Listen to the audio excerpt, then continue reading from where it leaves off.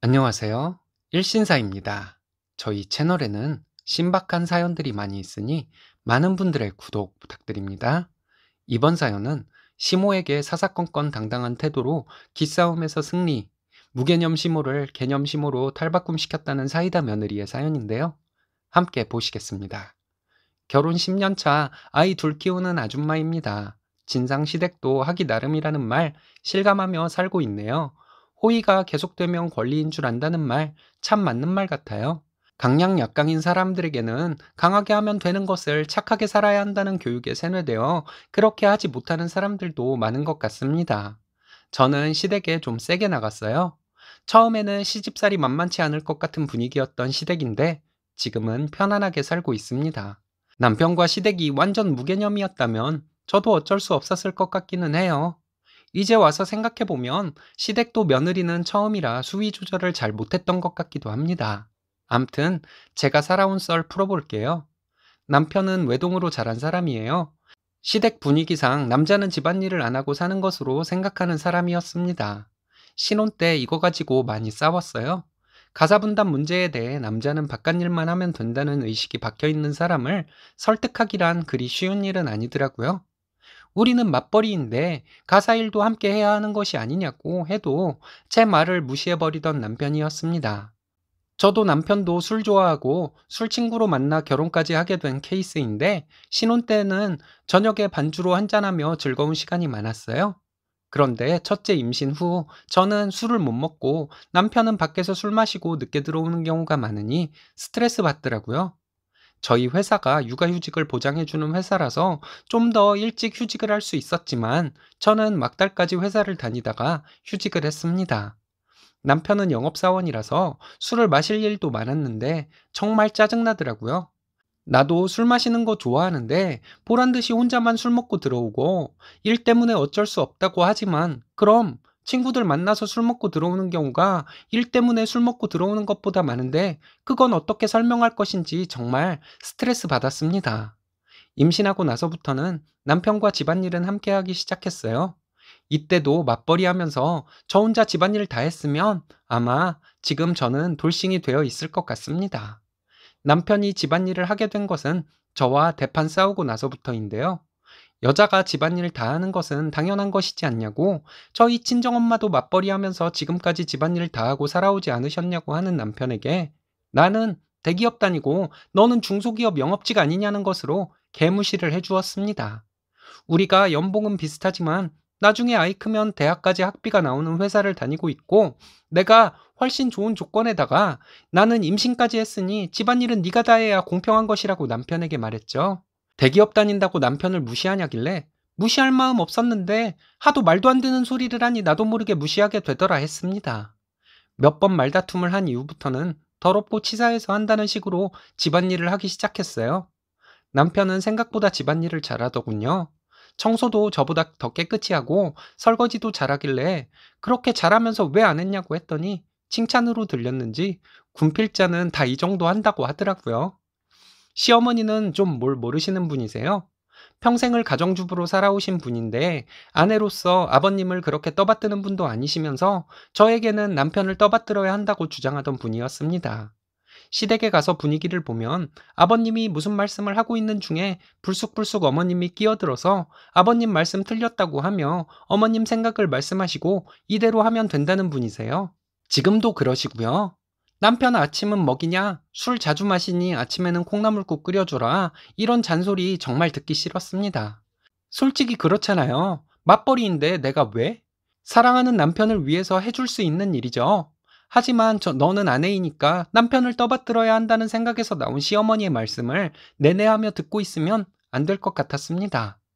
아버님 말씀을 끊고 시어머니가 하실 말씀을 하면 저는 시어머니 말씀을 끊고 저희 집에서는 아빠가 말씀하시는 거 엄마가 끊고 치고 들어오면 큰일 난다고 말했습니다.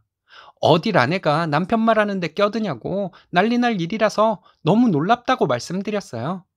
평생 밖에 나가서 가족들 위해 돈 벌어온 아버님의 말씀은 가족들이 될 수 있으면 옳다고 해줘야 하는 것이 아니냐고 했어요. 안 그래도 아버님 저만 보면 입이 귀에 걸리는 분이신데 더 심해지셨죠. 사실 친정 분위기가 제가 시어머니에게 말했던 것처럼 그렇지는 않아요. 저희 엄마한테 저희 아빠 꼼짝도 못해요. 밑도 끝도 없이 저에게 남편을 떠받들라고 살라는 시어머니께 나는 대기업 다니고 남편은 중소기업 다니는데 남편이 나를 떠받들어야 하는 것이라고 말한 적이 있습니다. 돈도 내가 더 많이 벌고 회사 복지도 훨씬 좋은데 내가 밖에서 마음 편히 일할 수 있도록 남편이 많이 노력해야 한다고 말했어요.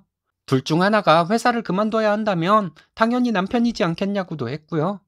매번 제가 편들어주니 제 편이던 귀여운 아버님, 제 말이 100번 옳다고 하시며 아들을 버리고 며느리 편을 들어주셨습니다. 제가 하는 일은 하나도 마음에 든다 말씀하신 적 없는 저희 시어머니, 저도 시어머니 하시는 일마다 마음에 안 들어 했습니다. 대놓고 표현하시길래 저도 똑같이 해드렸고요. 남편과 저는 아침에 간단히 빵과 커피를 먹고 출근했어요.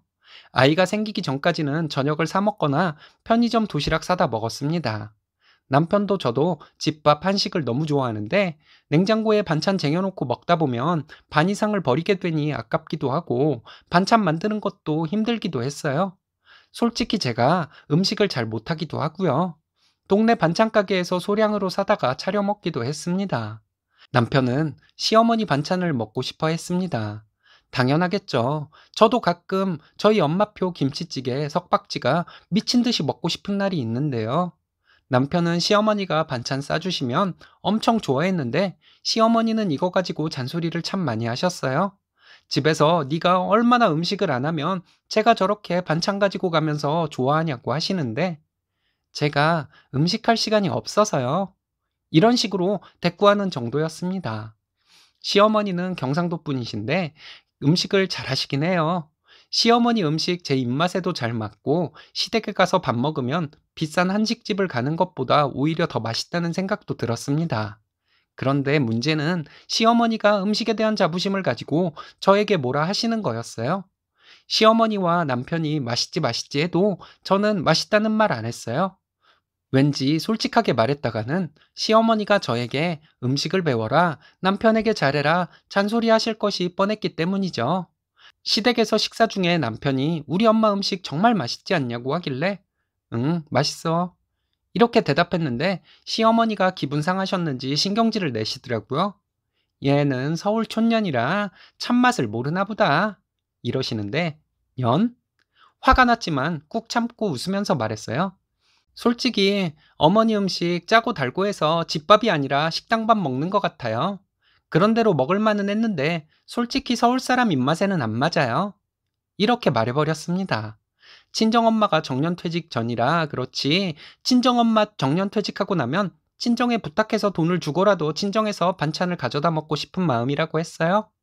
남편은 갑자기 장모님 음식 진짜 맛있다고 맞장구를 치고 항상 내 편인 아버님은 사부인 음식 한번 먹어보고 싶다고 하시고 시어머니 혼자 기분 상해 하셨습니다. 근데 어쩌겠어요? 제가 뭘 잘해도 애써 칭찬 마려운 거 참고 트집거리만 찾으시면서 남편 떠받들라는 말만 강조하시는 시어머니께 제가 좋은 마음으로 다가갔다가는 평생 고생만 할 것 같은걸요.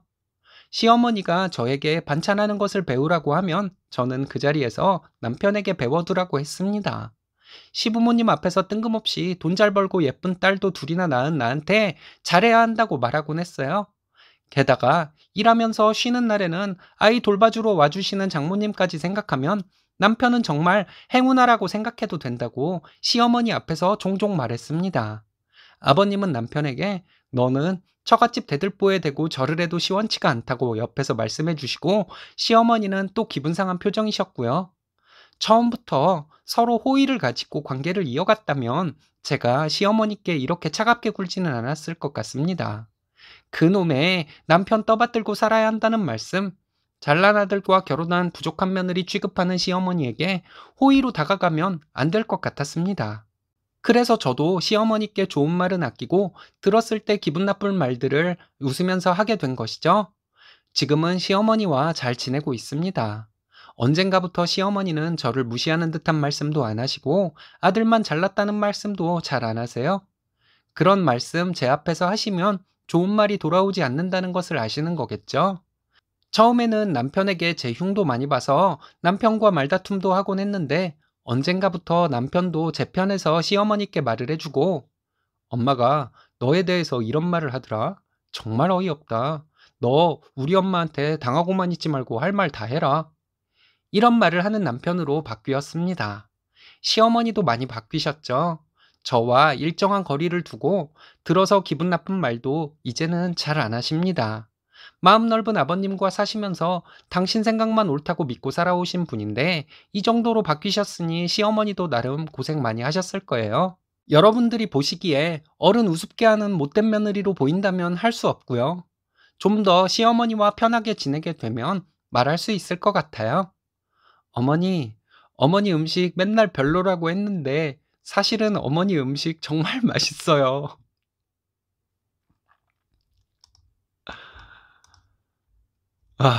쓰니님은 어린 나이에 어떻게 이렇게 수싸움에 능했을까요? 타고났나 보네요. 지혜롭고 멋지십니다.